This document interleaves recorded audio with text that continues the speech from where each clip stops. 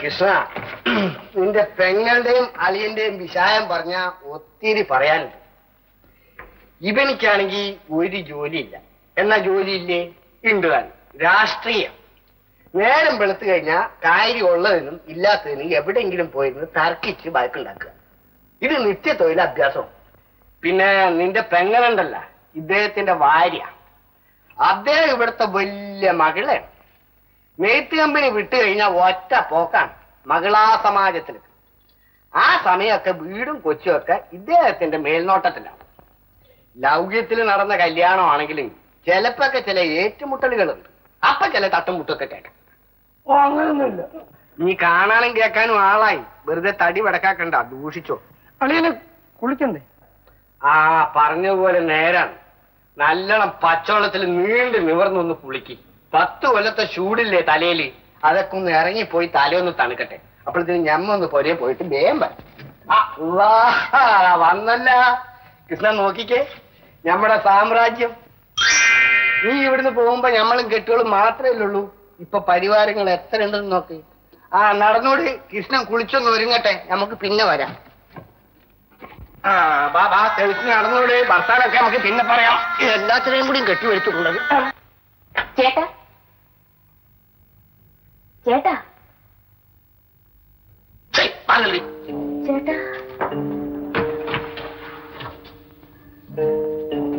ചേട്ടാ, ഇതെന്റെ കുഞ്ഞാണ്. മോനെ, മോന്റെ അമ്മാവനാ. എനിക്ക് എവിടെയെങ്കിലും കുറച്ച് ദിവസം താമസിക്കണം, അതിനുവേണ്ടി വന്നതാ. അല്ലേ, ഇത് ചേട്ടന്റെ വീടല്ലേ? ഇവിടെ താമസിക്കാൻ എന്റെ അനുവാദം വേണോ? ചേട്ടൻ നല്ലത് കൊടുത്തോ? നിന്നെ കാത്തിരിക്കുകയായിരുന്നു. അത് എന്നെ കാത്തിരിക്കണോ? അത് നല്ല കാര്യമായിപ്പോയി.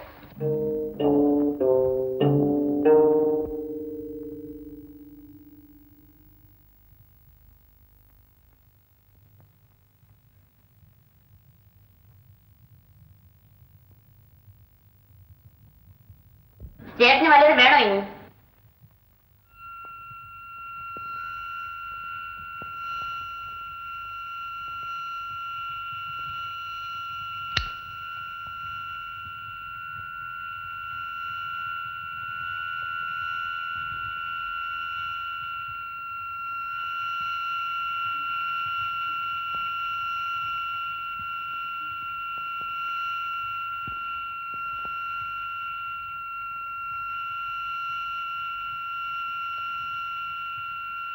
നീ നമ്മൾ പറയുന്നത് കേക്ക്. നീ പോയി ആ ആര്യാജനെ കാണും. അയാളുടെ കീഴിലല്ലായിരുന്ന നിനക്ക് മുമ്പ് പണി. ഇപ്പൊ ഒരു ജോലി തരാം. ആർക്കും എന്നോട് എന്തും പറയാം, പക്ഷെ പെണ്ണുങ്ങളെ പറ്റി മാത്രം എന്നോട് പറഞ്ഞു പോകരുത്. യശോദയെ ഞാൻ രക്ഷിക്കുന്നത് അതിന്റെ പെങ്ങളായതുകൊണ്ടാണ്. സ്ത്രീ എന്ന സാഹചര്യത്തിനെ എവിടെ വെച്ച് കണ്ടാലും എനിക്ക് ആ ഓർമ്മ വരും. ഞമ്മളും കെജോനാണ്. പെണ്ണും പിടക്കൊക്കെ നമുക്കുണ്ട്. ഒരുപാട് മക്കളുണ്ട്. ഇപ്പോഴും ഞങ്ങൾ ഒരുമിച്ചല്ലേ കൊടുക്കണത്. എനിക്കതൊന്നും അറിയേണ്ട കാര്യമില്ല. പെണ്ണുങ്ങളെ എന്റെ മുമ്പിൽ വെച്ച് ന്യായീകരിക്കുന്നത് പോലും എനിക്കിഷ്ടമല്ല.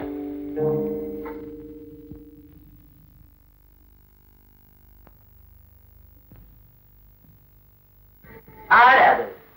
നമ്മുടെ കൃഷ്ണൻ. കൃഷ്ണ, കഴിഞ്ഞ് ഇനിയെങ്കിലും ചൊവ്വ നേരം ജീവിക്കാൻ നോക്ക്. എനിക്ക് എന്തെങ്കിലും ജോലി വേണം. ജോലിയാ? അതാ നിൽക്ക. നിന്റെ മേൽനോട്ടത്തിന് ഞമ്മളെ കൊണ്ട് കഴിയൂല കൃഷ്ണ. ഓ,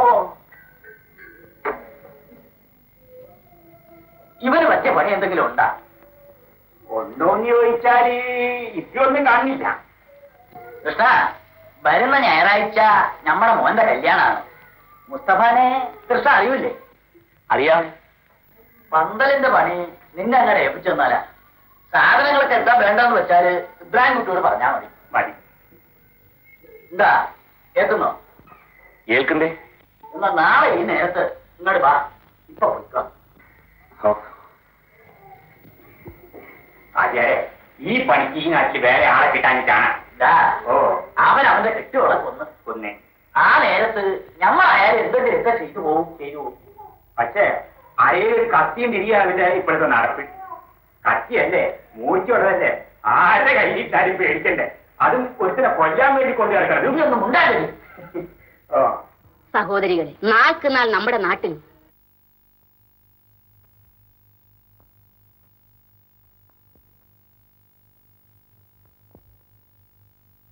അബ്ദുള്ള, ഒരു ഭർത്താവിനോടുള്ള ഭാര്യയുടെ കടമ എന്താ? ഒരു ഭാര്യ ഉണ്ടെന്ന് വിചാരിച്ചാൽ ഇവിടെ വന്നതല്ല. എനിക്കിവിടെ എന്റെ കുഞ്ഞുണ്ട് കാണാൻ. നിങ്ങളാര്? അവന്റെ അച്ഛൻ. അച്ഛൻ? അച്ഛൻ എന്ന് പറഞ്ഞ എന്തോന്നാ? ജോലിയുടെ കുടുംബം നോക്കണം, അതാണ് ഒരു അച്ഛൻ. അയ്യോ, നീ പറയാൻ പാടില്ല. നിങ്ങൾക്ക് ഒരു ജോലി കിട്ടുന്നവരെ എനിക്ക് കാത്തിരിക്കാൻ പറ്റില്ല. കാരണം എനിക്കത്രയ്ക്ക് പ്രേമമല്ലായിരുന്നു നിങ്ങളോട്. ഇപ്പൊ പ്രേമം ചത്തുപോയി. കല്യാണം കഴിഞ്ഞാൽ പിന്നെ പ്രേമിക്കുന്നത് എന്തിനാ? രാഷ്ട്രീയ പ്രവർത്തകനാണല്ലോ, അല്പം ബുദ്ധിയാണെന്ന് വിചാരിച്ചോളൂ.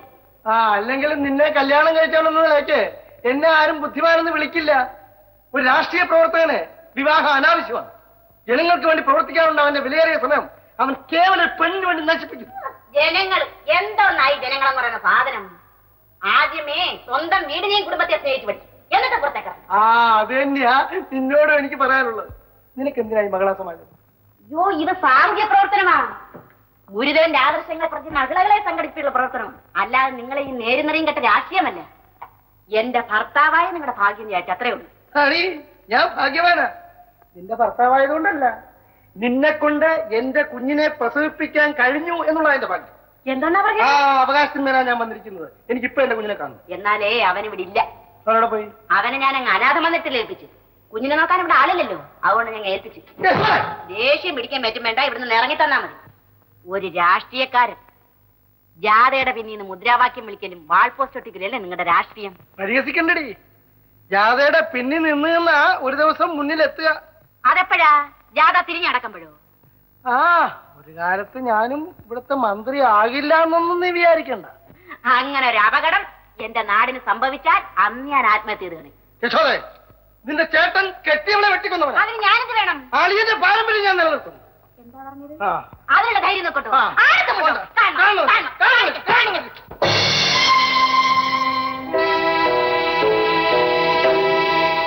കൊല്ലടാ ഭാര്യ. ഞാൻ എന്നെ പേടിക്കണ്ട. ഇങ്ങനെയുള്ള ഭാര്യമാർ ജീവിച്ചിരിക്കരുത്. കൊല്ല്. അളിയാ, ഞാൻ ദേഷ്യം കൊണ്ട് സങ്കടം കൊണ്ട് ആരെയും കൊല്ലില്ല. ദേഷ്യവും വെറുപ്പും തന്നെ വേണം അതിന്. ഇപ്പോൾ നിനക്ക് ആവശ്യത്തിനുണ്ട്. പിടി.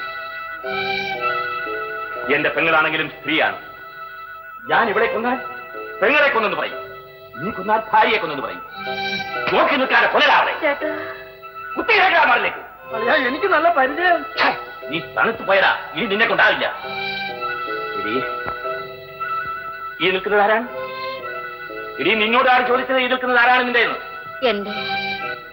എന്റെ ഭർത്താവ്. ഭർത്താവ്? എടി, ഞാൻ ജയിലിലായിരുന്നപ്പോൾ നീ നിന്റെ ഇഷ്ടത്തിന് നടത്തിയ വിവാഹമായത് അല്ലേ? അതെ. എല്ലാം ഞാൻ പുറത്തുനിന്ന് കേട്ടു. നീ ചോദിച്ചിലൂടെ അച്ഛൻ എന്ന് പറഞ്ഞാൽ എന്താണ്? ഭാര്യ എന്ന് പറഞ്ഞാൽ എന്താണടി? അമ്മ എന്ന് പറഞ്ഞാൽ എന്താണടി? അവന്റെ കാര്യം പിടിച്ച് മാറ്റി. എടി, നിന്നോടാണ് പറയുന്നത്. വേണ്ട അളിയാ. അളിയാ, അവളെ പിടിച്ചിരുന്നു. അല്ലാ, ഇതെന്താണ് ചെരുപ്പിന് പോളിസ് ഇടുന്ന? ഇനി